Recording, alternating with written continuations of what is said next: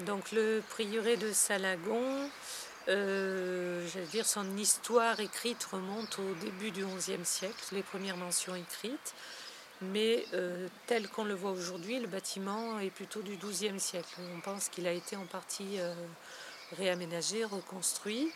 Donc au XIIe siècle, Salagon devient propriété des bénédictins de Saint-André de Villeneuve-les-Avignon, qui utilisent ce calcaire jaune fait de blocs taillés à joint fin, avec des éléments de décor qui sont concentrés sur le portail, donc l'ouverture avec des rosaces et des rinceaux très soigneusement taillés.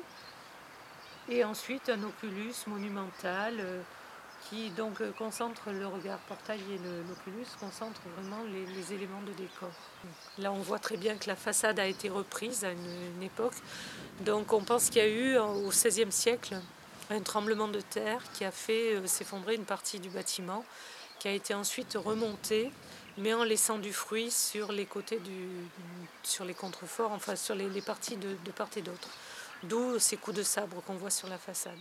Donc si vous voulez, vous avez actuellement donc, l'église romane du XIIe siècle et le prieuré qui est plutôt d'époque Renaissance, mais qui conserve des éléments antérieurs du XIIIe siècle. L'église est remarquable surtout par des petits décors. À l'intérieur, bon, on le voit pas ici, quelques chapiteaux intéressants, des chapiteaux à feuilles d'acanthe, des remplois également d'un édifice qui a été le premier sur le site sans doute, qui est une villa gallo-romaine, dont on a récupéré des piliers et des chapiteaux qui sont remployés dans l'église. Ce qui est remarquable aussi à Salagon, c'est qu'à la fin du chantier de restauration, en 1998, il y a eu une commande publique de l'État qui a permis de doter Salagon de vitraux d'une artiste qui est Aurélie Nemours, des vitraux rouges qui font un peu la particularité de la lumière dans l'église de Salagon. La couleur des vitraux ne change jamais, quelle que soit la lumière extérieure. Le public a accès à l'église, à cette salle romane dont je parlais, et aux petits édifices agricoles qui ont été accolés postérieurement au prieuré. On ouvre l'intérieur du prieuré lors de certaines occasions, comme la nuit des musées parfois, ou les journées du patrimoine, où là on peut faire entrer le public. C'est une exposition qui est consacrée à l'histoire de Salagon et à l'histoire en particulier de l'occupation du site, c'est-à-dire depuis la villa gallo-romaine dont on a trouvé les vestiges lorsqu'il y a eu les campagnes de fouilles au moment de la restauration, jusqu'à l'usage de Salagon comme établissement agricole. La vocation de Salagon à l'origine est surtout de travailler autour de l'ethnologie.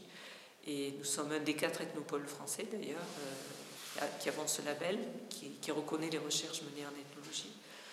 Il y avait eu un début de nettoyage, de réhabilitation de l'église dans les années 57-60, mais pour ce qui est du bâtiment prieurale et d'un certain nombre d'autres petites annexes, c'était vraiment des ruines. L'église était classée déjà depuis 1922, classée monument historique. Le reste a été soit classé pour certains éléments, soit inscrit au moment de la restauration, justement pour pouvoir avoir ce suivi de l'ensemble des bâtiments par l'architecte des monuments historiques et puis l'architecte des bâtiments de France par ailleurs aussi.